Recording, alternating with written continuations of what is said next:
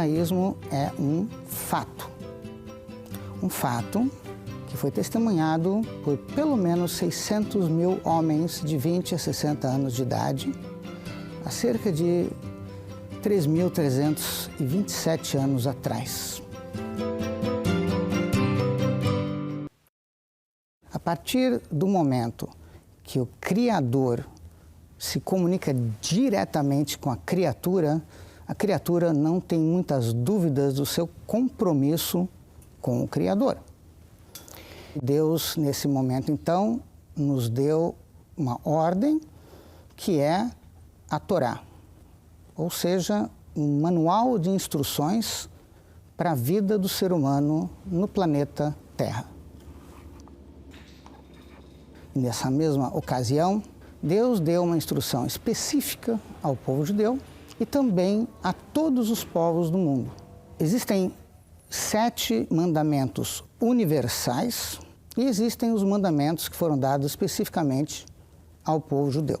Código original do hebraico como ele foi dado no momento que a gente recebeu a Torá.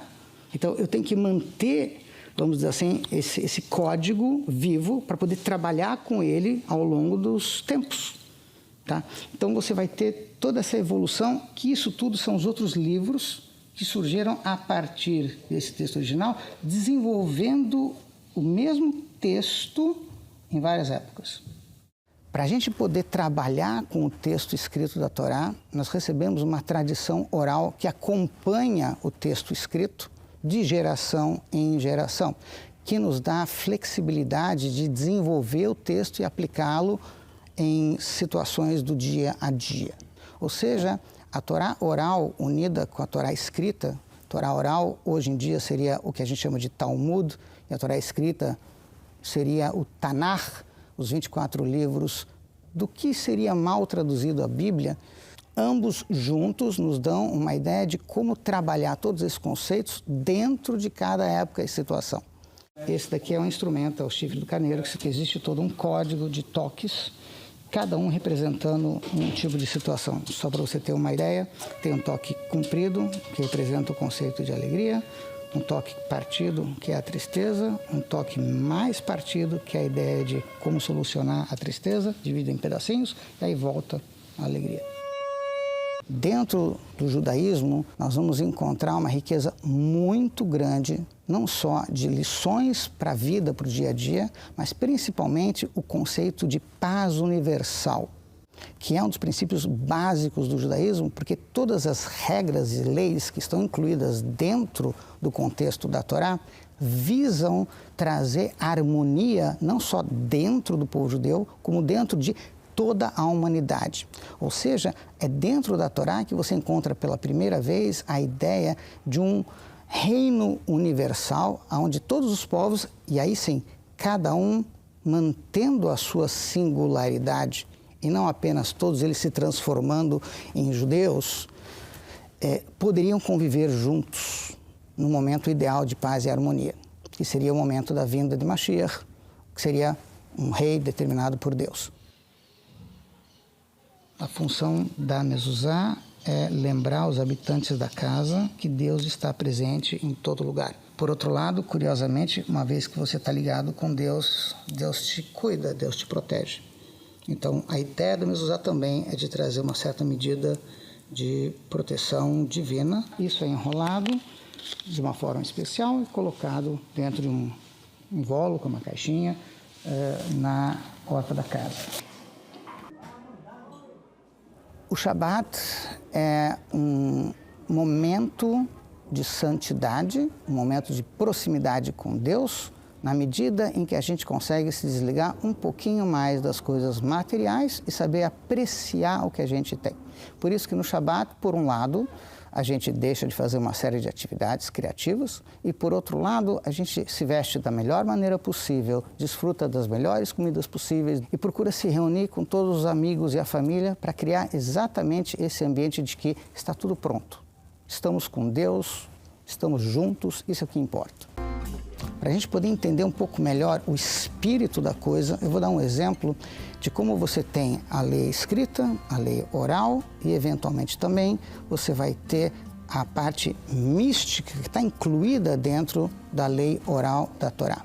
Nós vamos ter dentro da Torá uma proibição de se consumir carne junto com leite. Se Deus nos diz que isso é proibido, é porque isso faz mal para a nossa alma. Você quer entender um pouquinho do contexto? Eu vou lhe dar uma ideia que humanamente é fácil de se entender. Carne é a morte. Leite é o princípio da vida. Ambos não se misturam.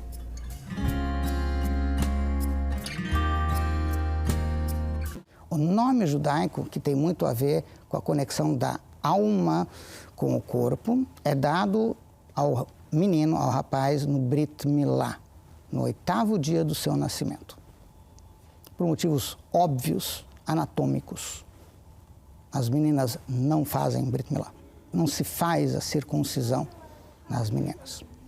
E é curioso que elas têm uma vantagem muito grande sobre os rapazes, porque elas não precisam esperar 8 dias para receberem o seu nome judaico. Na primeira oportunidade em que o pai ou algum parente próximo daquela menina possam ser chamados à leitura da Torá, diante da Torá é dado o nome da menina, porque elas não precisam fazer mais nada para adquirir essa conexão divina. Curiosamente também, do ponto de vista de responsabilidade religiosa, a menina já pode fazê-lo a partir dos 12, porque a maturidade nas meninas vem muito mais cedo do que os meninos.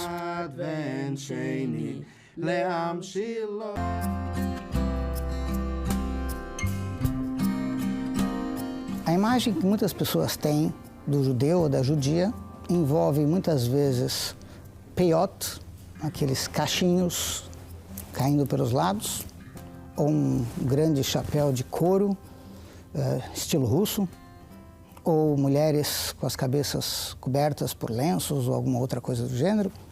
Tá? Mas é curioso que isso não é regra para todo o povo judeu. Então você vai encontrar até hoje, em vários lugares do mundo, não só em Israel, no Brasil, nos Estados Unidos, na Europa, comunidades que fazem questão de manter a vestimenta, como uma prova de que eles mantiveram o judaísmo intacto. Outros lugares onde a vestimenta não tem tanta importância, exceto pelas coisas que são básicas, a kippá, a ideia das mulheres casadas cobrirem a cabeça, que não necessariamente precisa ser feito com um lenço, pode ser feito com uma peruca. Isso é uma roupa que é usada debaixo das vestimentas. Isso consta na Torá. Existe um mandamento divino e você colocar essas franjas nos cantos das suas roupas para lembrar de Deus e dos mandamentos divinos. Dentro do judaísmo, realmente, o núcleo familiar, a maioria das práticas, ou dos costumes, das comemorações são feitas dentro do lar. Esse é o ponto focal do judaísmo e por isso que a família é algo extremamente importante dentro do judaísmo, a ponto de que, em certas situações, para manter a união familiar, é permissível e é louvável vender-se uma Torá, vender-se uma sinagoga para se manter um lar judaico unido. As mulheres no judaísmo estão conectadas diretamente com a Torá. Por isso que o que a gente poderia chamar de alma judaica passa para a criança através da mãe, que é praticamente uma Torá ambulante. Óbvio, isso coloca a mulher numa posição, num patamar muito elevado dentro do judaísmo. Todos judeus e judias deveriam ter pleno conhecimento da Torá, da sua vida, porque o judaísmo é a sua vida. E, infelizmente, por uma série de motivos alheios à nossa vontade, não é verdade. Isso não acontece. O rabino não institui leis, ele transmite conhecimento.